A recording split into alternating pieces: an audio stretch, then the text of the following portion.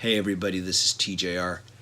It's kind of hard for me to believe that in just a couple of days, Justice League will be in theaters. It feels like it should still be months and months and months away. I have to admit, though, I feel a lot of trepidation about the release of this film, and that's a shame because I am a big comic book fan. I grew up first reading DC Comics as a kid and then later did read the Marvel books. The DC comic characters, their superhero characters, have always been so much more iconic to me than the Marvel characters, which is why it's a shame that, unfortunately, their track record with these movies has not been good, except for Wonder Woman, which has so far been the only really good one at this point. And aside from Wonder Woman, the drama behind how badly this movie franchise has been launched has unfortunately been more interesting than most of the films themselves. It's a shame because Marvel had already basically shown this is how you do it. All Warner Brothers had to do was basically kind of adapt the formula to their characters. But that's the past, and hopefully, all you can do is learn from the past, and hopefully Warner Brothers / DC Comics has learned from the past, and hopefully they will continue the course correction that started with Wonder Woman. Throughout this whole time, as I've talked with people about this whole, DC's extended universe versus Marvel's, MCU universe, I have had this idea in my head about what I wish could be done with the DC characters in motion pictures. And this is not one of those, this is how you would fix their existing universe. There's lots of those videos. This is just what I personally would love to see happen. This is just me being a fan, and this is just me being a kid in a candy store if I was given the keys. I said earlier that the DC characters were so much more iconic to me, and a lot of that, once again, has to do with the history these characters have had and with the fact that these characters came first.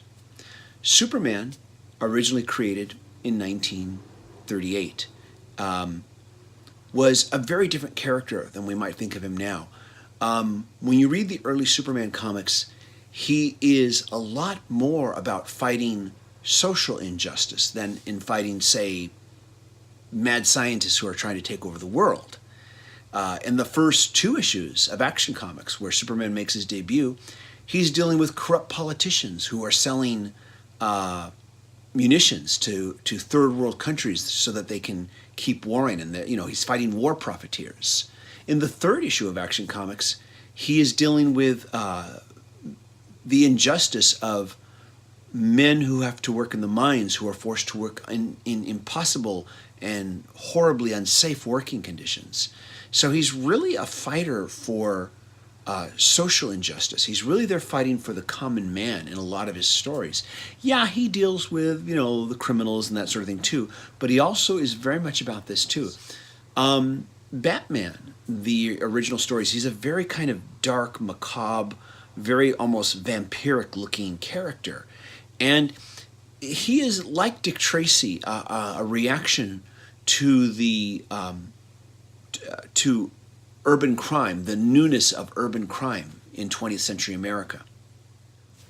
Over the years, of course, I've read tons of stories with these characters, and I enjoy reading the contemporary stories, but I also have a real affinity for the stories that were produced during what is now referred to as the Golden Age of comics.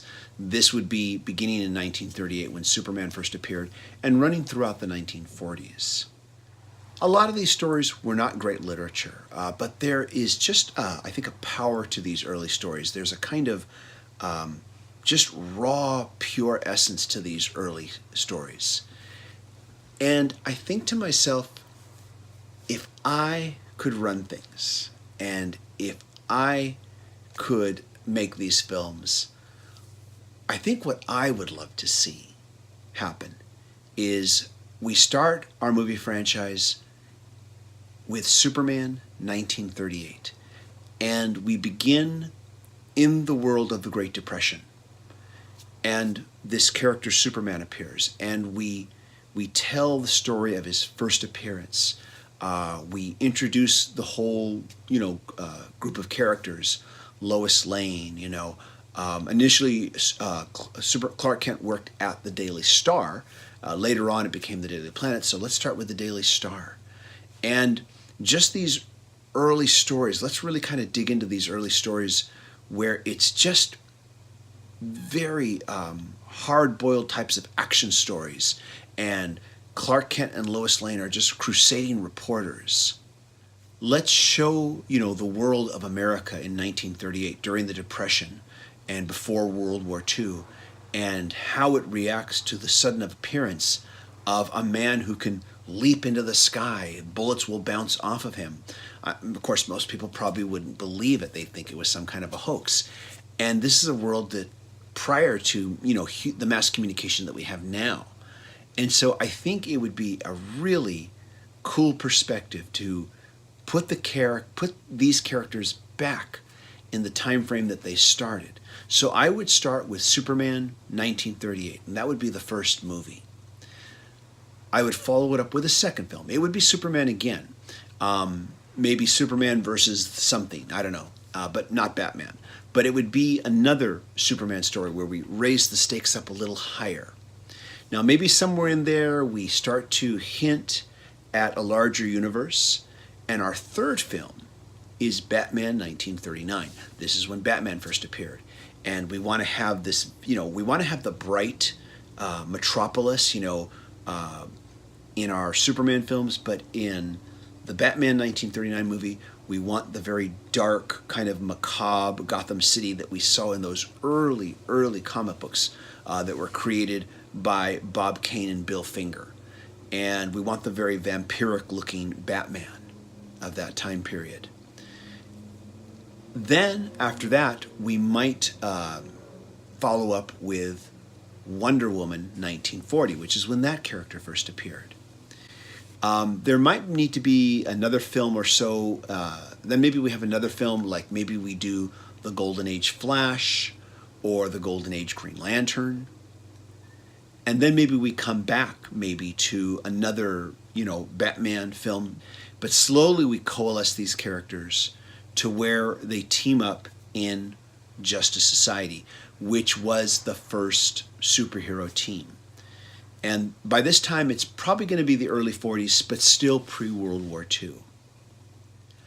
When I think of these films, I think of sort of a combination of both superheroes and the kind of action-adventure and retro fun of the Indiana Jones films.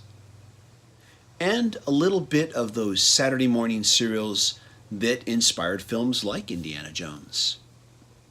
And we could fill these films with things like retro high-tech technology. Can you imagine, like Batman having this technology that would seem cutting edge during the 30s and 40s, Superman fighting these old-style, robots created by Lex Luthor in one of the later Superman films, or when they get together as the Justice Society of America. The original version of Hawkman from the 1940s was that of a reincarnated Egyptian prince. And I think that if you did that right, you could mix some of the old-school Cecil B. DeMille historical epic with, once again, superheroes. I think that would be fun. The original Superman from 1938 couldn't fly. He could just leap tall buildings at a single bound. And bullets could bounce off of him, but it was stated in those early books that a bursting shell, meaning a bomb, could penetrate his skin. So he wasn't as powerful back then. So this allows you to, I think, to create a lot more higher. You would have higher stakes because you'd have a character that isn't as powerful as we know him today. And I think that could make for much more interesting stories with Superman. Of course, I don't hold out too much hope that I'll ever see this. I'm sure that if I had the chance to pitch this, Warner Brothers would probably say, well, no, audiences don't want to see these superheroes set in the 1930s and 40s. They want to see them set in the present day. How are they going to relate to them if they're set in that time period? And who knows, maybe they're right, maybe they're not, but I think it would be cool to see these characters set in the time that they were created. And I think you'd really get back to the essence of what these characters were about if you did that. And once again, my overall elevator pitch for this is a cross between superheroes and the Indiana Jones films. And I use that as the guide because those films were set in the 1940s and they were action adventure films, and modern day audiences loved them. And I think if you took that tone and that angle, I think you would have a really fun and enjoyable, and I think profitable series of movies that movie audiences of all ages would really enjoy. But anyways, that's my fanboy wish. That's what I wish could be done with the DC Extended Universe, whatever they're calling it, but with the DC comic book superhero characters in motion pictures. And what do you think of that idea? And if you have a dream wish that you'd like to see with these characters, please post it in the comments. Anyways, though, I will more than likely go see Justice League sometime this weekend, and who knows, maybe I'll even talk about it and tell you what I think. Take care, everybody. Thanks for watching. As always, please subscribe, and don't forget to click notifications. That's the little bell icon that will let you know when I create and release new videos. And once again, if you leave comments, please make sure your comments are clean and respectable. I want this channel to be viewable for all ages, and that includes the comments. And YouTube is screening out comments if they find obscenities or anything that they think is objectionable. Thanks, everybody, for watching. Talk to you soon. Bye.